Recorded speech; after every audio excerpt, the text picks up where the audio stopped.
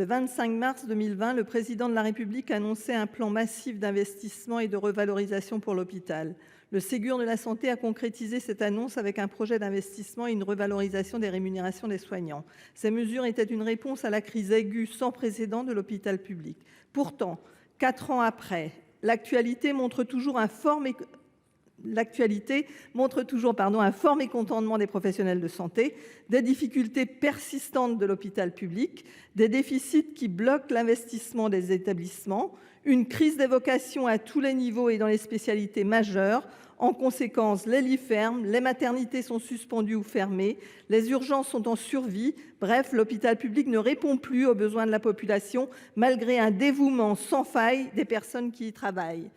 On doit sortir de la T2A dès le prochain PLFSS pour aller vers un nouveau financement qu'on doit rebâtir en profondeur, affirmait le 6 janvier 2023 le président de la République dans ses vœux aux soignants, promesse déjà faite en 2017.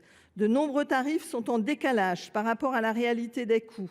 L'augmentation des tarifs que vous venez de citer et d'évoquer permettent à peine de couvrir l'inflation et en tous les cas ne couvrent pas l'augmentation des charges. Les contraintes pèsent sur l'hôpital public qui ne choisit pas ses patients en fonction de ce que celui-ci va lui rapporter. L'hôpital public se doit de prendre soin de tous les patients.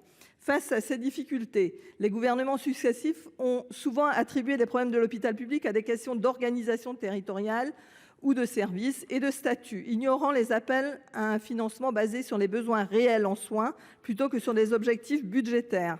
Face à cette situation catastrophique, face à ce constat partagé, quelles mesures concrètes envisagez-vous pour réformer le financement de l'hôpital public afin de mieux répondre à des besoins spécifiques et à garantir la pérennité de notre système de santé ?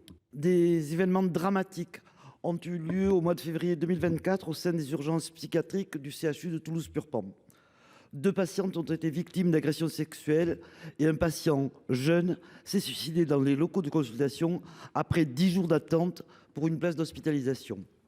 Le personnel avait pourtant alerté depuis longtemps sur les difficultés rencontrées et sur le fonctionnement dégradé des urgences face au manque de moyens humains et financiers accordés aux services psychiatriques de l'hôpital public. Des lits avaient même été fermés dans notre département qui pourtant accueille chaque année quelque chose comme 17 000 habitants de plus. À Toulouse, le secteur privé dispose de 75% des lits d'hospitalisation en psychiatrie et il se réserve le droit de refuser certains patients, en particulier les soins sans consentement. Et donc le secteur public se retrouve contraint de garder des patients dans des conditions inacceptables. On a vu le résultat ce mois de février. Ces problématiques se posent sur l'ensemble du territoire français où tous les établissements de psychiatrie décrivent des difficultés majeures et déplorent un fonctionnement dégradé par manque de moyens humains ou bâtimentaires pour le développement de la psychiatrie publique. Et en psychiatrie adulte, dans plus de la moitié des établissements, le délai moyen d'accès aux services ambulatoires est de 1 à 4 mois, aggravant ainsi la situation et les pathologies de nombreux patients. Je n'évoque même pas la pédopsychiatrie qui a été évoquée par mon collègue Chassaing tout à l'heure, qui est encore plus dramatique. Alors, monsieur le ministre, quels moyens entendez-vous déployer à long terme pour garantir l'accès aux soins psychiatriques et sauvegarder la psychiatrie publique dans notre pays ? Ce qui est anormal, c'est qu'effectivement, il a fallu qu'il y ait un drame à Toulouse pour que les gens se parlent et que, effectivement, des cliniques privées, tout d'un coup, découvrent qu'elles pouvaient ouvrir, passer de 16 à 40 lits. Celles qui n'en accueillaient pas, on en accueillait 2 patients, en accueillait 6.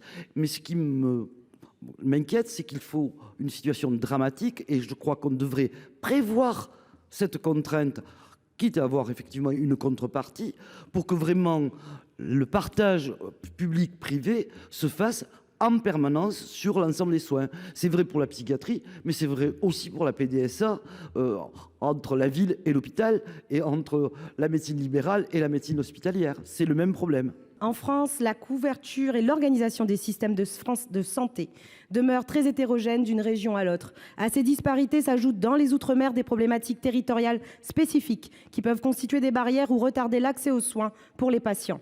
Si l'on évoque les disparités démographiques, par exemple, la Martinique deviendra en 2050 le plus vieux département de France. Cette singularité en matière démographique doit nous obliger à intégrer les nouveaux besoins en santé, tels que la prise en charge des polypathologies ou encore des mesures d'accompagnement pour maintenir l'autonomie des personnes.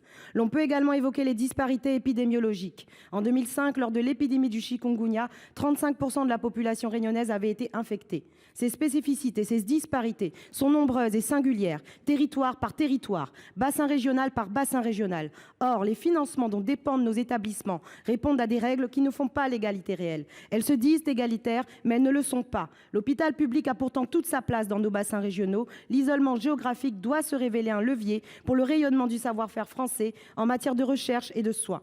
Le CHU de La Réunion, par exemple, hôpital de référence de l'océan Indien, a besoin d'un véritable soutien pérenne pour faire face aux défis du territoire réunionnais, pour les Français de la zone, avec le potentiel d'un développement lucratif avec une clientèle au sein du bassin océanique. Si l'ensemble des acteurs ont accueilli avec satisfaction, mais retard, les annonces faites en novembre et février dernier, des questions se posent encore. Pouvez-vous nous indiquer si cette revalorisation sera réalisée en un seul temps ou plusieurs temps? Le gouvernement travaille-t-il à une actualisation pour 2025? Les évacuations sanitaires, marqueurs de solidarité nationale, seront-elles enfin prises en compte parmi les charges? Et plus généralement, dans ce contexte où la population ultramarine totale est de plus de 2,8 millions d'habitants, des actions adaptées sont nécessaires pour réduire les écarts et améliorer l'accès aux soins pour les patients, quel que soit leur lieu de prise en charge. Le gouvernement travaille-t-il à une véritable vision pour ces populations ultramarines en matière de santé? La continuité des soins, oui, mais nous exigeons également de la qualité et des politiques adaptées.